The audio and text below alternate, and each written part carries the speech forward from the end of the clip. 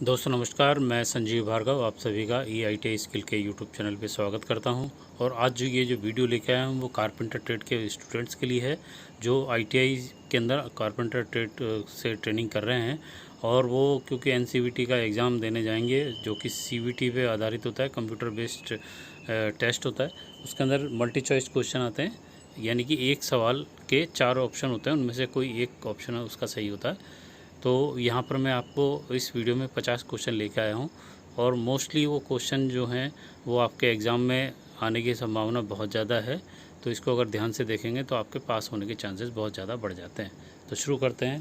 इसमें पहला सवाल है, what is the material used for the manufacture based सा मशीन फ्रेम, यानी कि बैंड सा मशीन के फ्रेम के निर्माण के लिए उपयोग में ली जाने वाली सामग्री क्या है।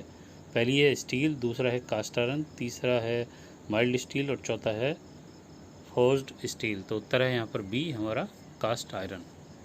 इसके बाद क्वेश्चन नंबर 2 है, विच part is titled and lowered at the angle 45 in the band सा मशीन। बैंड सा मशीन में 45 डिग्री के कोण पे कौन सा हिस्सा झुकाव और नीचे किया जाता है। तो उसमें पहला है टेबल, दूसरा है अपर गाइड, तीसरा है लोअर व्हील और चौथा है अपर व्हील। तो यहाँ उत्तर है हमारा ए, टेबल को नीचे किया जाता है 45 डिग्री के कोण पर। Question number 3, which part is used for cross cutting in vertical band सा मशीन। ऊर्ध्वाधर बैंड सा मशीन में क्रॉस कटिंग के लिए किस भाग का उपयोग किया जाता है। तो इसमें पहला है बट गेज, दूसरा है वायर गेज, तीसरा है मीटर गेज और चौथा है पैनल गेज। तो यहाँ पर उत्तर है हमारा सी, मीटर गेज। उसके बाद क्वेश्चन नंबर 4 है, जो चित्र पर आधारित है, इस चित्र को आप ध्यान से देखें और इस सवाल को पढ़ें और समझें। What is the operation for circular सा मशीन। सर्कुलर सर मशीन का यह ऑपरेशन क्या है। तो इसको आपने ध्यान से देखा। इसके 4 ऑप्शन हैं, रिपिंग, दूसरा है ग्रूविंग, तीसरा है माइटर कटिंग और चौथा है बेवल कटिंग। तो इसके अंदर आप देखेंगे कि उत्तर हमारा आ रहा है बी, ग्रोइंग, यानी कि हम इसके अंदर खांचा काट रहे हैं। Question number 5, how to maintain the band saw blade before swing on the machine. Machine पर साइंग से पहले बैंड सा ब्लेड को कैसे मेंटेन करें। तो इसमें पहला है sharp the blade using file, यानी फाइल का प्रयोग करके ब्लेड को तेज करें। दूसरा है प्रॉपरली एडजस्ट द टेंशन, यानी टेंशन को ठीक से समायोजित करें, यानी कि ठीक करें उसको, कम है तो सही करें, ज़्यादा तो उसको ढीला करें। Properly adjusted ripping French, ripping French को उचित रूप से समायोजित करें। और चौथा है सेटिंग द टीथ यूजिंग सा सेट, यानी कि सा सेट का उपयोग करके दांतों को सेट करें, यानी कि जो दांतों की डायरेक्शन होती है उसको सेट करें। तो उसके अंदर उत्तर है हमारा B, properly adjust the tension, यानी कि जो हमारे बैंड सा की ब्लेड की जो टेंशन है उसको सही करना पड़ेगा, अदरवाइज़ कम होगी, कम टेंशन कम या ज़्यादा होने पर वो उसके ब्लेड के टूटने के चांसेस बहुत ज़्यादा रहता है, क्योंकि वो बहुत तेज़ी से वहाँ पर चलती है। क्वेश्चन नंबर 6, इस मशीन को आप ध्यान से देखें और सवाल को पढ़ें। What is the name of part marks x. यहाँ पर जो मशीन के अंदर चित्र दे रखा है उसके अंदर एक पार्ट के ऊपर एक्स लिख रखा है, उस एक्स लिखे हुए जो भाग है उसका नाम हमें जानना है। इसके अंदर 4 ऑप्शन हमारे पास है, ये चक है, दूसरा कॉलम है, तीसरा मोटर है और चौथा बेल्ट गार्ड है। तो ये हमारा कहलाता है चक। उत्तर है हमारा यहाँ पे सी। इस चक के अंदर हम जो है ड्रिल बिट लगाते हैं, जो कि हमारे को ड्रिल करने के काम में आती है। इसके बाद है question number 7, which determine the size of surface planar. Surface planar के आकार का निर्धारण कौन करता है। पहला है विड्थ ऑफ द कट, यानी कि कट की चौड़ाई के अनुसार, विड्थ ऑफ द कटर, यानी कटर की चौड़ाई के अनुसार, speed of the cutter head, यानी कटर हेड की गति के अनुसार, और चौथा है diameter of the cutter head, यानी कि कटर हेड के व्यास के अनुसार किसके हिसाब से सरफेस प्लेनर का जो साइज है वो सेट किया जाता है या निर्धारित किया जाता है। तो उत्तर है हमारा A, width of the cut, यानी कि कट की चौड़ाई के अनुसार हमारे को सरफेस प्लेनर का साइज को सेट करना होता है या डिटरमाइन करना होता है। Question number 8, where pressure bar is located in thickness planer. Thickness planer में प्रेशर बार कहाँ स्थित होती है या होता है। तो यहाँ पर है पहला बिहाइंड द रोल्स यानी रोल्स के पीछे, बिहाइंड द इंटरफीड रोल यानी कि इंटरफीड रोल के पीछे, बिहाइंड द आउटफीड रोल यानी कि आउटफीड रोल के पीछे, और बिहाइंड द कटर हेड यानी कि कटर हेड के पीछे। तो उत्तर है हमारे यहाँ पे D, behind the cutter head. Question number 9, which part of the pedestal grinding support the work while grinding. Pedestal grinder का कौन सा भाग ग्राइंडिंग करते समय कार्य को सपोर्ट करता है। ए है हमारा ग्राइंडिंग गार्ड, दूसरा है कोर्स ग्राइंडिंग व्हील, तीसरा है टूल रेस्ट और चौथा है फाइन ग्राइंडिंग व्हील। तो उत्तर है हमारे यहाँ पे C, tool rest. Question number 10, what is the gap to be maintain between grinding wheel and work rest in pedestal grinding machine. Pedestal grinding machine में ग्राइंडिंग व्हील का वर्क रेस्ट के बीच कितना गैप बनाए रखना चाहिए। 2 से 3 mm, 4 से 5 mm, 6 से 7 mm और 8 से 9 mm। तो उत्तर है हमारा ए, 2 से 3 mm। Question number 11, which part of the pedestal drilling machine control the feeding of the drill while drilling. Pedestal drilling machine का कौन सा भाग ड्रिलिंग करते समय ड्रिल की फीड को नियंत्रित करता है। इसका 4 उत्तर हैं। ए है बेस, दूसरा है वर्क टेबल, तीसरा है मोटर और चौथा है फीड हैंडल। तो उत्तर होगा हमारा यहाँ D, feed handle. Question number 12, which part is use for turning stand base fruit bowl in wood turning lathe. Wood turning lathe में स्टैंड बेस फलों के कटोरे की टर्निंग के लिए किस हिस्से का उपयोग किया जाता है। तो यहाँ पर 4 ऑप्शन हैं, cup chuck, face plate, cup centre और डेड सेंटर। तो हमारा उत्तर यहाँ पर है base, B, face plate. Question number 13, what is the use of dead centre in wood turning lathe. Wood turning lathe में डेड सेंटर का उपयोग क्या है। तो पहला है होल्ड द वर्क यानी कि कार्य को पकड़ना, दूसरा है होल्ड द चीज़ल यानी कि छेनी को पकड़ना, तीसरा है ड्राइव द वर्क यानी कार्य को चलाना और चौथा है सपोर्ट द टूल यानी उपकरण को सपोर्ट करना। तो उत्तर है हमारा ए, होल्ड द वर्क यानी कि कार्य को पकड़ना। Question number 14, what is the name of chisel used for taper turning. Taper turning के लिए उपयोग की गई छेनी का क्या नाम होता है।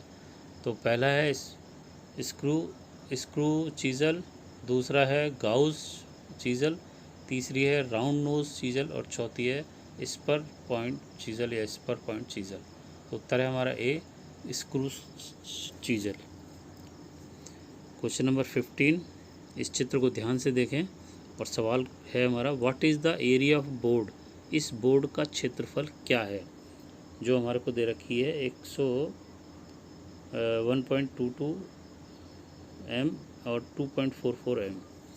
तो यहाँ होगा 4 उत्तर दे रखे हैं, 2.92 square metre, 2.95 square metre, 2.96 square metre और 2.97 स्क्वायर मीटर। तो उत्तर है हमारा यहाँ पे डी, 2.97 स्क्वायर मीटर। यानी कि 1.22 को 2.44 से मल्टीप्लाई करेंगे तो ये हमारा एक रेक्टेंगल का एरिया निकल के आएगा, उससे हमारे यहाँ पे क्षेत्रफल निकलेगा। और क्योंकि ये मीटर के अंदर दे रखा है तो इसलिए यहाँ पे वर्ग मीटर आएगा। Question number 16, calculate the volume of log if D1 D2 and the length are 0.5 mm, 0.5 m, 0.7 m and 10 metre respectively. यदि D1 D2 तथा लंबाई हमारे पास 0.5, 0.7 और 10 मीटर हो तो लॉग का वॉल्यूम की गणना कीजिए। तो यहाँ पर हमारा डायमीटर D1 D2 दे रखा है और लेंथ हमारे पास तीसरी चीज़ दे रखी है। तो हमारे को पहले D1 D2 से क्षेत्रफल निकालना पड़ेगा, उसके बाद लेंथ से जब मल्टीप्लाई करेंगे तो यहाँ पर हमारे पास लॉग का वॉल्यूम निकल के आ जाएगा। तो इसको जब आप कैलकुलेट करोगे तो हमारा उत्तर आएगा बी, 2.826 मीटर क्यूब, क्योंकि आयतन की इकाई होती है घन मीटर। तो यहाँ पर D1 D2 से हमारी जो एरिया निकलेगा वो मीटर स्क्वायर होगा और फिर लंबाई की जो इकाई है मीटर को जब उससे गुणा करेंगे इस वर्ग मीटर से तो हमारे पास घन मीटर आएगा। तो उत्तर होगा हमारे पास बी, 2.826 घन metre. Question number 17, which method is suitable for sanding work on a surface. सतह पर सैंडिंग के काम के लिए कौन सी विधि उपयुक्त होती है? इसमें पहला है अलोंग द सरफेस यानी कि सरफेस के अलोंग, दूसरा है इंक्लाइंड सरफेस यानी कि झुकी हुई सतह, तीसरा है डायमीटर सरफेस यानी व्यास की सतह, और चौथा है क्रॉस द सरफेस यानी सतह के उस पार। तो उत्तर है यहाँ पर A along the surface. Question number 18, which type of wood is suitable for sanding work यानी कि सैंडिंग कार्य के लिए कौन सी लकड़ी उपयुक्त है? तो ओल्ड वुड यानी कि पुरानी लकड़ी, न्यू वुड यानी नई लकड़ी, नेल्ड वुड यानी नेल्ड की हुई लकड़ी, और एक्सेस ग्लू वुड यानी कि अतिरिक्त गोंद वाली लकड़ी। तो यहाँ उत्तर हमारा बी न्यू वुड हमारे को यहाँ पे चाहिएगी अगर हमको सैंड वर्क वहाँ पर करना है तो। Question number 19, which is the name of the pattern, इस पैटर्न का नाम पहचानिए। तो चित्र देख करके इसको आप समझिए। इसके 4 ऑप्शन है, multi piece, match plate, loose piece और कोप एंड ड्रग। तो उत्तर हमारे यहाँ पर बी मैच प्लेट। तो यहाँ पे 2 प्लेटें हैं, उनको मैच करके ये बनाया गया है। क्वेश्चन नंबर 20, इसमें भी आपको चित्र देखना है। What is the name of a pattern, इस पैटर्न का नाम क्या है?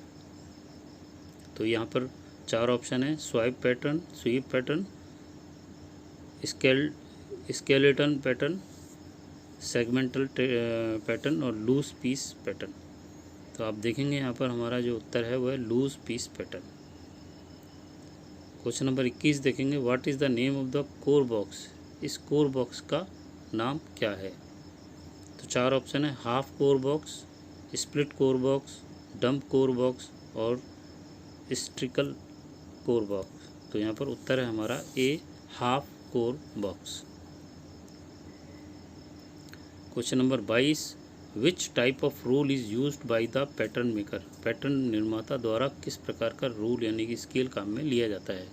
Foot rule, steel rule, collapsible rule और कंस्ट्रक्शनल स्टील रूल। तो उत्तर है यहाँ पर हमारा D constructional steel rule.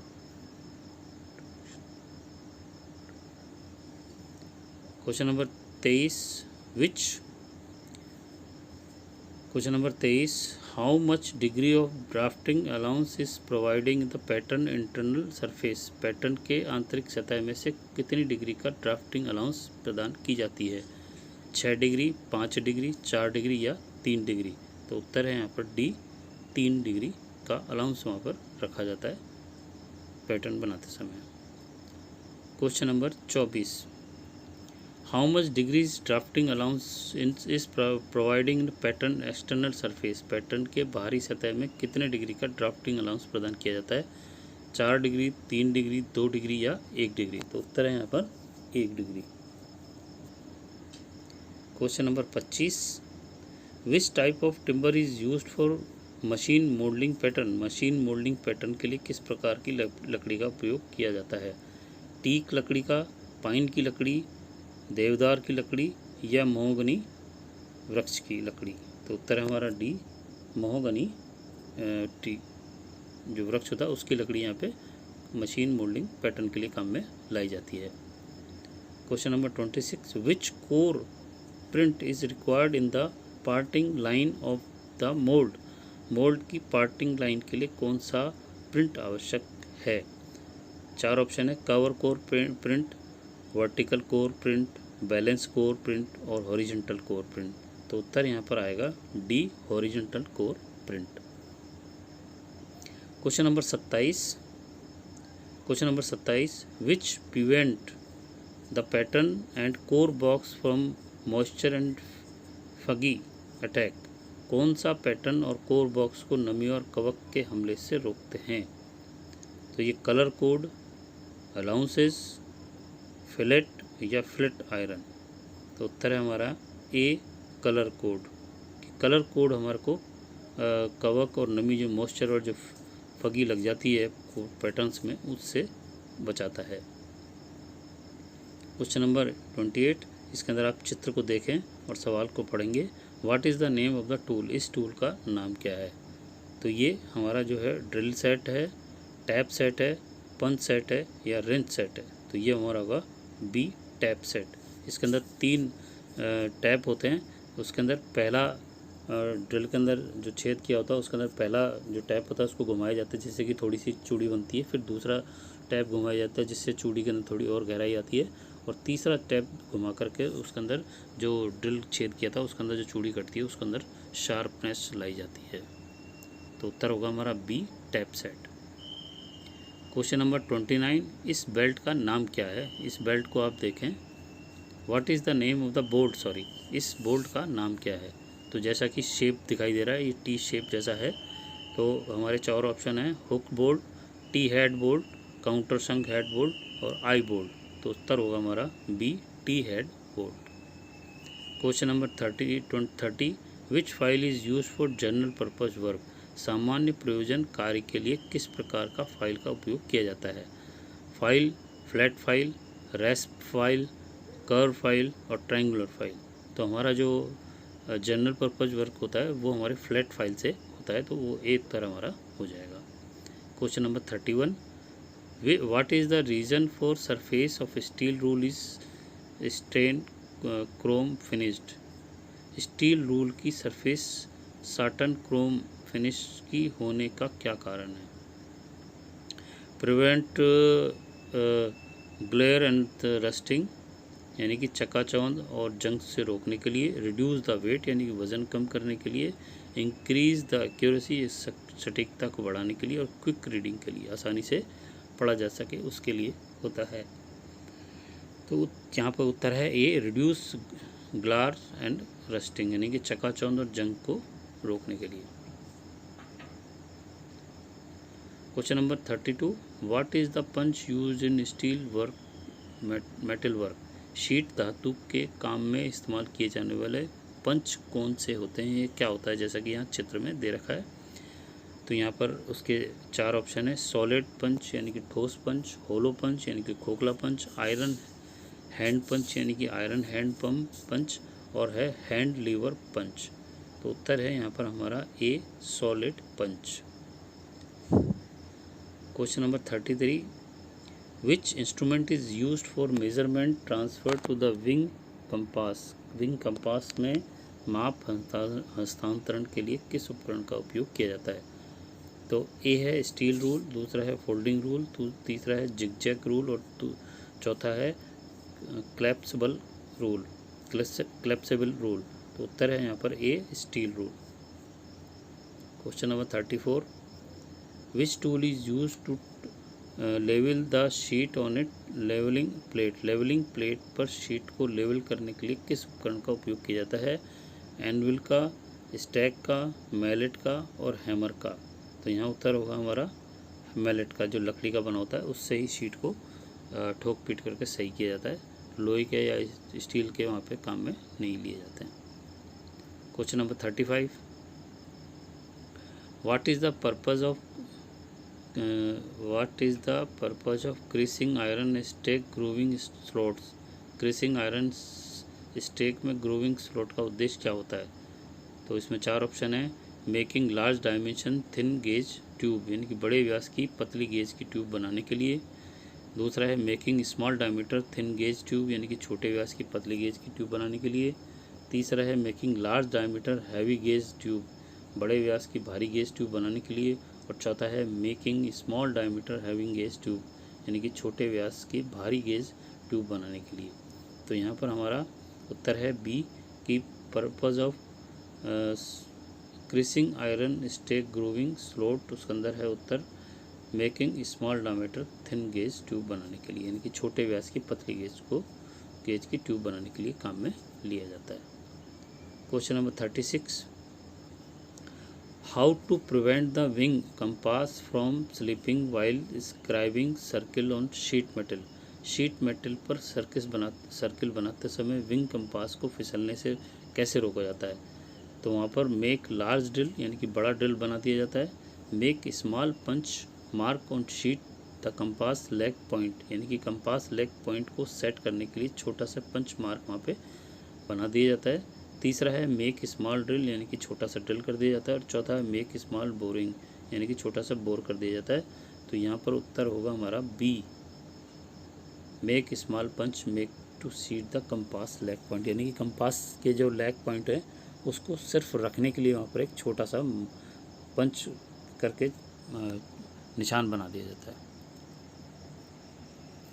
Question number 37, इस दरवाजे का नाम क्या है? चित्र देखें और उत्तर बताएं। इसमें 4 ऑप्शन दे रखे हैं। लेमिनेटेड फ्लश दरवाज़ा door, frame flash door, sliding door और स्विंग डोर। तो यहाँ पर हमारा उत्तर है A, laminated flush door. Question number 38, इसमें भी चित्र दे रखा है। What is the name of the window? Window का नाम क्या है? 4 ऑप्शन है। कॉर्नर विंडो यानी कि कोने की खिड़की, gable window, gable dormer window और स्काई लाइट विंडो। तो उत्तर है हमारा A, corner window. Question number 39, what is the property of aluminium channel? यानी कि एल्युमिनियम चैनल का गुण क्या है? मैग्नेटिक होता है, नॉन मैग्नेटिक होता है, ड्यूरेबल होता है और हार्डनेस होता है। तो उत्तर है यहाँ पर गैर चुंबकीय। ये नॉन मैग्नेटिक होता है। एल्युमिनियम जो है वो नॉन मैग्नेटिक होता है क्योंकि उसके अंदर लोहा नहीं होता और ये कोर मेटल होती है एल्युमिनियम, जो कि जिसके अंदर लोहा बिल्कुल नहीं होता। Question number 40, which door is strong, good appearance and reduce the tendency of shrinking? कौन सा दरवाज़ा मजबूत, अच्छा और संकोचन की प्रवृत्ति को कम करता है? तो इसमें पहला है लेस्ड डोर यानी कि पट्टेदार दरवाज़ा, लेस्ड एंड ब्रेस्ड डोर पट्टेदार बंदनी दरवाज़ा, लेस्ड एंड फ्रेम डोर और पट्टेदार फ्रेम का दरवाज़ा, और चौथा है फ्रेम्ड एंड पैनल्ड डोर पट्टेदार और पैनल दरवाज़ा। तो उत्तर है हमारा डी, फ्रेम्ड और यानी कि पट्टेदार और पैनल दरवाज़ा जो होता है वो मजबूत भी होता है, अच्छा भी होता है और उसके अंदर श्रिंकेज की टेंडेंसी भी नहीं होती, नहीं सिकुड़ने की प्रवृत्ति भी नहीं होती है। Question number 41, what is the relation between the width of the door and height of the door? यानी कि दरवाजे की चौड़ाई और दरवाजे की ऊंचाई के बीच में क्या संबंध होता है? कि एच हमारा 1.5 मीटर है तो हाइट अभी हमारी 1.5 मीटर होगी। हाइट हमारी विड्थ के बराबर है और हाइट हमारी विड्थ और 1.5 मीटर है, प्लस में हाइट जो हमारी विड्थ की 1 + 3.5 मीटर है, हाइट हमारी विड्थ की 1.2 मीटर के साथ जुड़ी होती है, या हाइट हमारी विड्थ और 1.1 मीटर के बराबर होती है। तो उत्तर है यहाँ पर सी, हाइट जो है वो विड्थ प्लस 1.2 मीटर होनी चाहिए। यानी कि ऊंचाई जो है वो चौड़ाई के अंदर अगर 1.2 मीटर को जोड़ दिया जाए उससे ज़्यादा नहीं होनी चाहिए। Question number 42, which door is provided if the additional light required to receive through it for the room? यदि कमरे के लिए इसके माध्यम से प्राप्त करने के लिए अतिरिक्त प्रकाश की आवश्यकता होती है तो कौन से दरवाजे प्रदान किए जाते हैं? तो पहला है पैनल डोर, दूसरा है लेस्ड डोर, तीसरा है ग्लेज डोर और चौथा है फ्लश डोर। तो उत्तर है यहाँ पर सी, ग्लेज्ड दरवाजे। Question number 43, what is the purpose of window in building construction? भवन निर्माण में खिड़की का क्या उद्देश्य होता है? सपोर्ट द बिल्डिंग यानी कि भवन को सहारा प्रदान करती है, सपोर्ट द सरफेस वॉल यानी कि सतह की दीवारों को सहारा करती है, टेम्परेचर ड्रॉप यानी कि तापमान में गिरावट करती है, और चौथा light and air through the room यानी कि कमरे में प्रकाश और हवा प्रदान करने के लिए होती है। तो उत्तर है हमारा D, light and air through the room, कि कमरे में प्रकाश और हवा प्रदान करने के लिए खिड़कियों को बनाया जाता है। Question number 44, what is the use floor spring hydraulic regulated in aluminium door? Aluminium के दरवाज़ों में उपयोग फ्लोर स्प्रिंग यानी कि हाइड्रोलिक रूप से विनियमित का उपयोग क्या है? तो 4 ऑप्शन है। सपोर्ट ऑन डोर यानी दरवाजे पर सहारा देना, सिक्योर द अपर पोर्शन ऊपरी हिस्से को सुरक्षित रखना, अपीयरेंस यानी दिखावट हो, या क्लोज द डोर यानी कि दरवाजे को बंद रखना। तो उत्तर है हमारा डी, कि वो जो हमारी हाइड्रोलिक स्प्रिंग लगाई जाती है वो खुलने के बाद दरवाजे को ऑटोमेटिक वहाँ पे बंद कर देती है और वो दरवाज़ा हमेशा फिर वो बंद रहता है। जब थोड़ा सा ताकत लगा के खोला जाता है तब स्प्रिंग काम करके और दरवाज़ा खुल जाता है, और फिर छोड़ने पर वो दरवाज़ा अपने आप से फिर से बंद हो जाता है। Question number 45, what is the use of sliding window wheel? सरकाने वाले खिड़कियों के पहिए का क्या उपयोग होता है? स्मूथ ऑपरेशन यानी कि निर्विघ्न संचालन। Use close the door once direction, दरवाज़ा एक दिशा का उपयोग करें। तीसरा है use on anticlockwise door यानी कि वामावर्त डोर का इस्तेमाल करें। और चौथा है यूज़ ऑन क्लॉकवाइज डोर यानी कि दक्षिणावर्त दरवाजे का उपयोग करें। तो उत्तर है यहाँ पर ए। स्मूथ ऑपरेशन के लिए स्लाइडिंग विंडो के अंदर व्हील लगाया जाता है और व्हील के ऊपर वो विंडो चलता है, इसलिए वहाँ पर उस ऑपरेशन जो है स्मूथ हो जाता है। क्वेश्चन नंबर 46 के अंदर चित्र देखें। What is the name of the floor, इस फ्लोर का नाम क्या है? बेसमेंट फ्लोर, निचला सतह basement floor, single joint floor, double joint floor या ट्रिपल जॉइंट फ्लोर। तो यहाँ पर उत्तर है हमारा A, basement floor. Question number 47, what is the span for provision of herring bone strutting in single joint timber floor. एकल joint लकड़ी के फर्श में हेयरिंग बोन स्ट्रिंग के प्रावधान के लिए स्पैन क्या होना चाहिए या क्या होता है? 1 मीटर, 1.5 मीटर, 2 मीटर या 2.5 मीटर। तो उत्तर है हमारा 2.5 मीटर डी। क्वेश्चन नंबर 48, चित्र देखें। What is the name of the part mark as X in the triple joint wooden floor. Triple joint लकड़ी के फर्श में एक्स के रूप में चिन्हित भाग का नाम क्या है? तो यहाँ पर चित्र देखा हमने, 4 ऑप्शन है। Strutting, furring piece, air space और बाइंडर। तो उत्तर है हमारा B, furring pieces. Question number 49, which provides flat level surface to support the building furniture and partitions. जो भवन के फर्नीचर और विभाजन को सपोर्ट करने के लिए समतल स्तर की सतह प्रदान करता है, वो होता है PVC floor, aluminium floor, asbestos floor और वुडन फ्लोर। तो उत्तर होगा हमारा डी, एस, लकड़ी का फ्लोर। और लास्ट क्वेश्चन इस वीडियो का, what is the reason to remove the old paint. पुराने पेंट को हटाने का क्या कारण है? इंक्रीज़ द वेट यानी कि वज़न बढ़ाएं, रिड्यूस द साइज़, आकार कम करें, paint stick not properly, paint ठीक से नहीं चिपकता। और चौथा है पेंट में भी इंटरफेयर क्वालिटी के, पेंट आवरण की गुणवत्ता को हो सकता है। तो उत्तर है हमारा डी कि पेंट करते समय अगर पुराना हम नहीं हटाएंगे तो जो नया वाला पेंट किया जाएगा उसका जो है उसकी जो क्वालिटी है अच्छी नहीं दिखाई देगी, इसलिए पुराने वाले पेंट को हटाया जाता है घिस करके और फिर नया पेंट किया जाता है। तो ये एक 50 क्वेश्चन का एक वीडियो है जिसके अंदर आपने कारपेंटर ट्रेड से संबंधित 50 क्वेश्चन को देखा और बहुत सारे क्वेश्चन इसमें से आपके एग्ज़ाम में आ सकते हैं और कंपटीशन लेवल के भी किसी एग्ज़ाम में जाते हैं तो वहाँ पे भी आपके ये 50 क्वेश्चन का वीडियो काम में आ सकता है। तो इसको आप ध्यान से देखें और आपके कारपेंटर ट्रेड के जितने भी स्टूडेंट्स हैं उन सबको शेयर करें। अगर आपको वीडियो अच्छा लगा तो इसको लाइक करें और शेयर करें और अपने दोस्तों को बताएँ। आज इसी के साथ नमस्कार, धन्यवाद, जय हिंद, जय भारत।